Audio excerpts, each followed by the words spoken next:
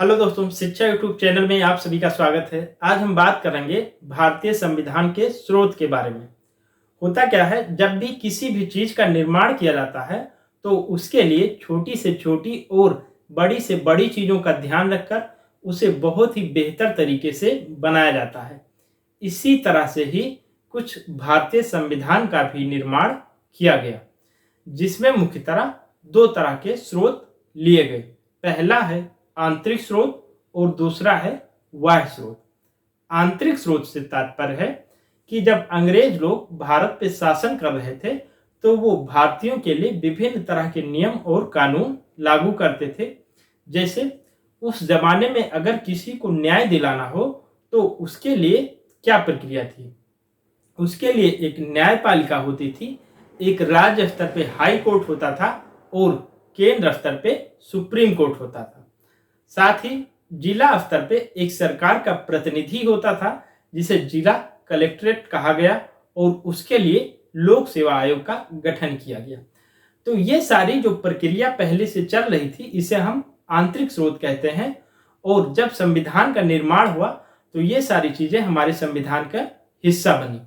बाह्य स्रोत की अगर हम बात करें तो किसी भी दूसरे देश के संविधान से जो चीजें ली गई हैं उसे हम बाह्य स्रोत कहते हैं।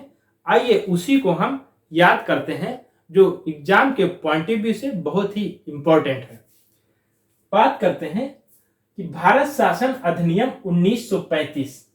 क्योंकि भारत शासन अधिनियम 1935 से बहुत बड़ा भाग हमारे संविधान में लिया गया है और इसका जो मुख्य है वो है न्यायपालिका, लोक सेवा आयोग और CAG अर्थात comptroller and editor general of India.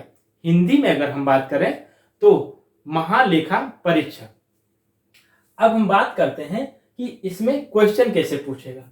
आपसे ऐसा क्वेश्चन इसमें अधिकतर पूछा जाता है कि भारतीय संविधान में निम्नलिखित में से सबसे ज्यादा स्रोत कहां से लिए गए हैं, तो उसमें आपको ऑप्शन में जरूर देखने को मिलेगा कि भारत शासन अधिनियम 1935। नेक्स्ट अगर हम बात करें कि अमेरिका के संविधान से क्या क्या लिया गया है, तो मूल अधिकार, न्याय पुनर्विलोकन। न्याय पुनर्विलोकन का मतलब हुआ कि संसद अगर कोई भी कानून का निर्माण करती है तो न्यायालय उसका समीक्षा कर सकती है और उसे पुनर्विचार के लिए संसद के लिए को भेज सकती है। साथ ही दूसरा है संविधान की सर्वोच्चता, अर्थात संविधान सबसे सर्वोच्च होगा और उसे जो संविधान को जो शक्ति मिलेगी उसे हम भारतीयों के द्वारा मिलेगी।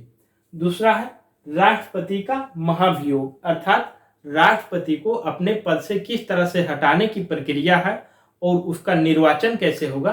तो ये सब चीजें जो है वो अमेरिका के संविधान से ली गई हैं। सबसे पहला मूल अधिकार, फिर है न्याय पुनर्विलोकन, फिर है संविधान की सर्वोच्चता और राष्ट्रपति का महाभियोग और निर्वाचन। ये चीजें जो है वो अमेरिका से ली गई। नेक्स्ट हम बात करें कि दक्षिण अफ्रीका। दक्षिण अफ्रीका से संविधान संशोधन की प्रक्रिया जो है वो दक्षिण अफ्रीका से ली गई है कि संविधान में किस तरह से संशोधन कर सकते हैं आर्टिकल 368 के अंतर्गत।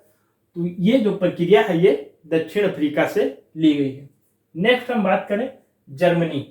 जर्मनी से आपातकाल परिवर्तन के समय राष्ट्रपति का मूल अधिकार। अगर देश में आपातकाल लागू होता है तो उस समय राष्ट्रपति के क्या मूल अधिकार होंगे, तो ये चीजें हम जर्मनी से लिए हैं। नेक्स्ट हम बात करें ऑस्ट्रेलिया से। ऑस्ट्रेलिया से क्या लिया गया है, तो समवर्ती सूची। समवर्ती सूची का मतलब है कि जिसमें केंद्र और राज्य दोनों कानून बना सकते हैं, लेकिन केंद्र और राज्यों के बीच का जो शक्तियों का विभाजन किया गया उसमें केंद्र को सर्वोच्च में रखा गया। तो अगर क्वेश्चन पूछा है कि समवर्ती सूची किस देश के संविधान से लिया गया है, तो ऑस्ट्रेलिया। नेक्स्ट हम बात करें कनाडा। कनाडा में संघात्मक व्यवस्था और अवशिष्ट शक्तियां केंद्र के पास रहेंगी। अर्थात संघात्मक का मतलब है कि भारत एक संघ का राज्य है और अवशिष्ट शक्तियां केंद्र के पास रहेंगी, अर्थात केंद्र को सर्वोच्च शक्तियां दी गई हैं। अगला हम बात करें आयरलैंड के संविधान से क्या क्या लिया गया, तो राज्य के नीति निर्देशक तत्व, अर्थात राज्य अगर अपने लोगों के लिए कोई कानून बनाता है तो विभिन्न तरह की नीतियों को ध्यान में रखते हुए कानून बनाएगा। साथ ही राज्यसभा में मनोनयन, राज्यसभा में जो राष्ट्रपति सदस्यों को मनोनीत करता है वो मुख्यतः 12 सदस्य होते हैं और वो किन किन क्षेत्रों से मनाए जाते हैं, जैसे कोई भी व्यक्ति अगर कला में उसके विशेष योगदान रहा हो या विज्ञान में विशेष योगदान रहा हो या साहित्य में विशेष योगदान रहा हो, तो इन सब चीजों के लिए राष्ट्रपति राज्यसभा में 12 लोगों को मनोनीत करते हैं और उन्हें मनोनीत करने की क्या प्रक्रिया है, इसे आयरलैंड के संविधान से लिया गया है।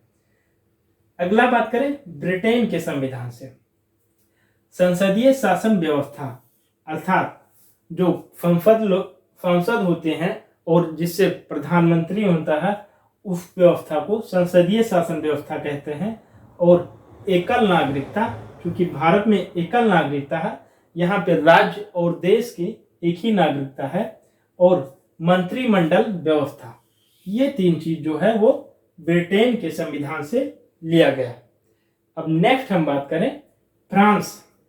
फ्रांस से हम समानता, बंधुता, गणतंत्रात्मक व्यवस्था आदि चीजें हम फ्रांस के संविधान से लिए हैं। याद करने का सबसे आसान तरीका, सर्वाधिक स्रोत भारत शासन अधिनियम 1935 में लिए गए हैं। आपको अगर टॉपिक पूछता है तो न्यायपालिका और लोक सेवा आयोग या भारत का महालेखा परीक्षक, ये 3 चीजें मुख्य हैं जो 1935 से ली गई हैं।